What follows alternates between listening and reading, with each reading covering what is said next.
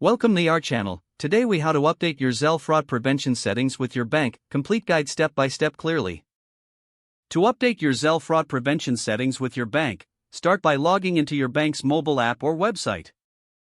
Locate the section for managing your Zelle account. This is often found under the Payments or Transfers tab. Once there, look for options related to security or fraud prevention. Select Manage Settings or a similar option to access your Zelle preferences. Review the current fraud prevention measures in place. You may find options for setting transaction limits. Adjust these limits according to your comfort level with risk.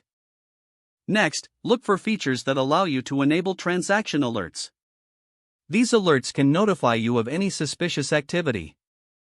Consider setting up two-factor authentication if it's available. This adds an extra layer of security to your account.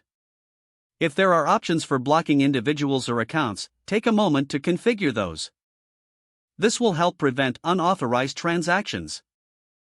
After adjusting your settings, be sure to save any changes you've made. Log out of your bank's app or website securely when you're finished. Periodically revisit these settings to ensure they still meet your needs.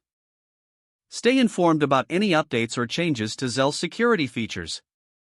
Regularly monitor your account for any unusual activity. If the page does not load, refresh the browser or try again in a private or incognito window. Make sure you are using the correct email address, then retype it carefully to avoid small typos. If your password is not accepted, use the reset option and create a new strong password you can remember. Check your spam folder for verification or security emails, then complete any requested confirmation. Enable two-factor authentication if available to improve account security and reduce unauthorized access risk.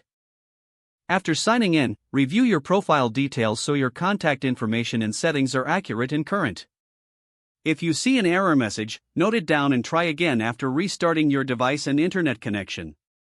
Log out when you finish, especially on shared devices, to keep your account and payment information secure.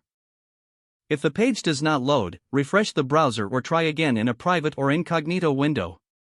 Make sure you are using the correct email address, then retype it carefully to avoid small typos. Don't forget to like this video and subscribe to our channel for more step-by-step tech guides.